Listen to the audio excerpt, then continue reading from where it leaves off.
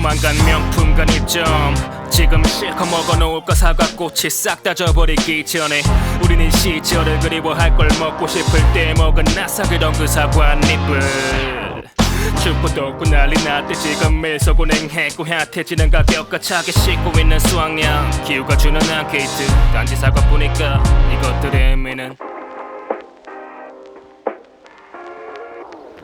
기후변화가 농업에 큰 변화를 몰고 오고 있는데요. 11세기 후반이면 사과는 더 이상 우리나라 기후에 맞지 않는 과일이 됩니다.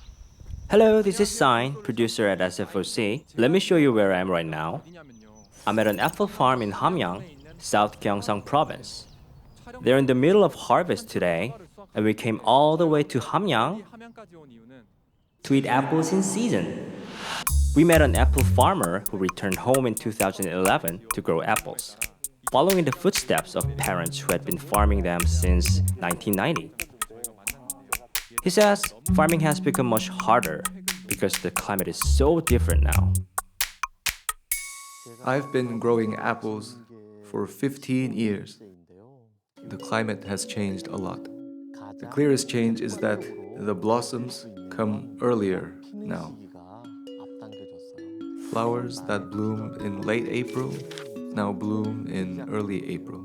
The reason apple blossoms bloom so early is because Korea has gotten warmer.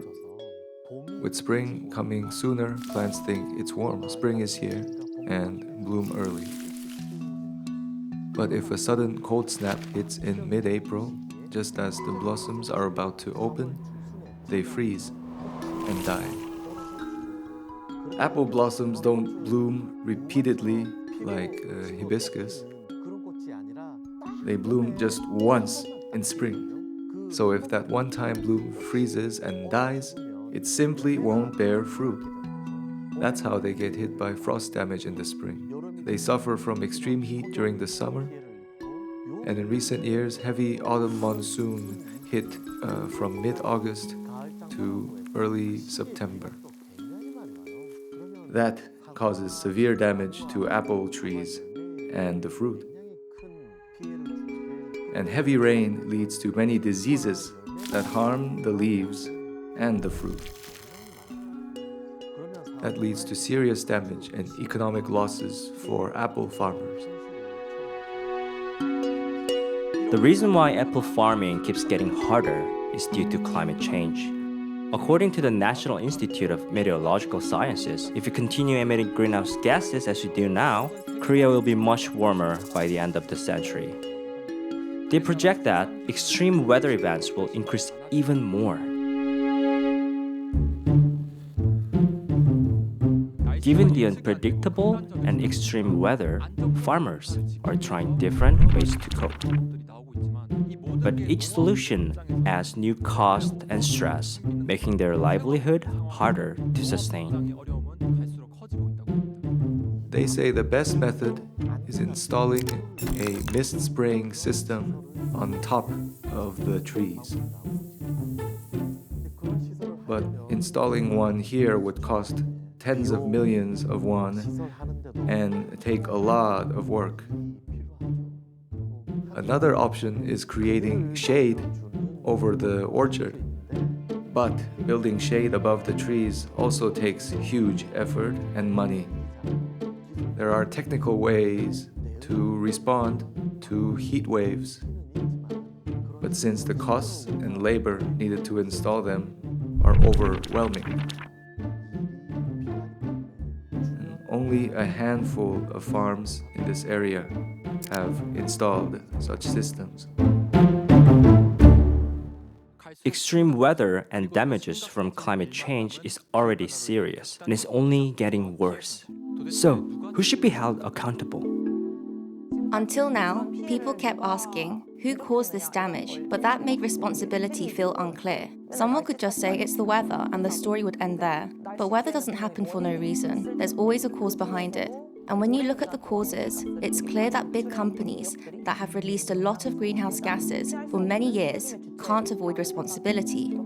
That's why scientists are trying to go beyond who emits the most and measure how much those emissions actually made the damage worse. For any given year, data now clearly shows how much a specific company emitted and how much a specific country emitted. But in the data, the link between emitting greenhouse gases and their impact on climate change was actually missing. It was either absent or very weak.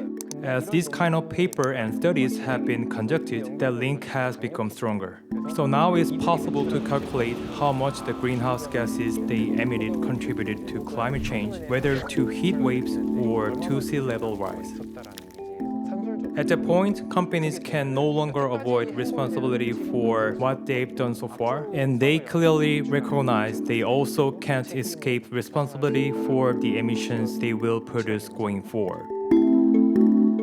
Going forward, those who emit GHGs could be held responsible for their losses and damages caused by climate change. So, for companies like KEPCO or POSCO, which have historically emitted a lot, that sounds pretty uncomfortable.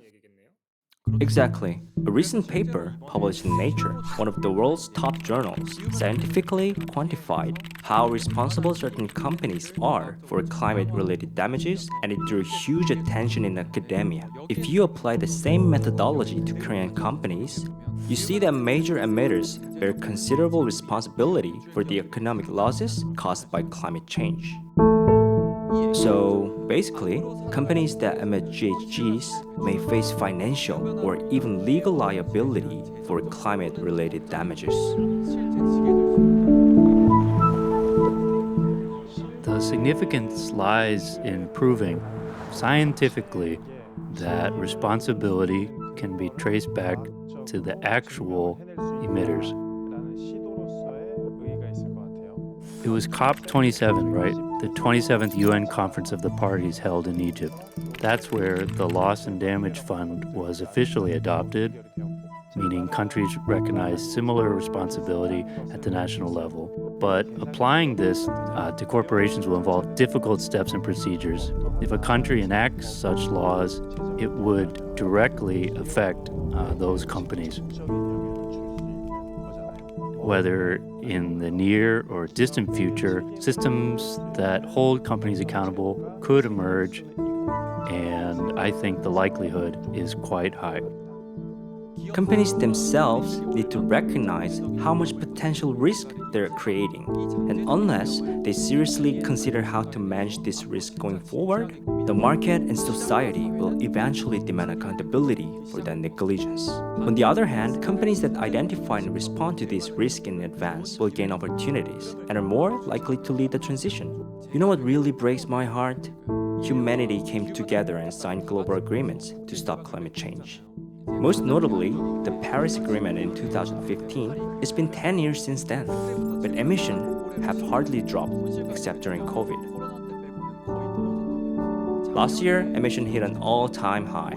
We don't know this year's numbers yet, but honestly, I think it will hit another record. It's seriously alarming. As we talked about apples and worsening climate change today, I heard that the apple growing region keeps shifting north. At this rate, only a few parts of Gangwon province may be suitable, and of course, this isn't just about apples. Climate affects every part of our lives, so reducing GHG is an obvious step. But we also need to seriously consider who should be responsible for the losses and damages caused by climate change. I'm making a living growing apples here now, but 15 or 20 years from now, I'm not sure if I'll still be able to grow apples here.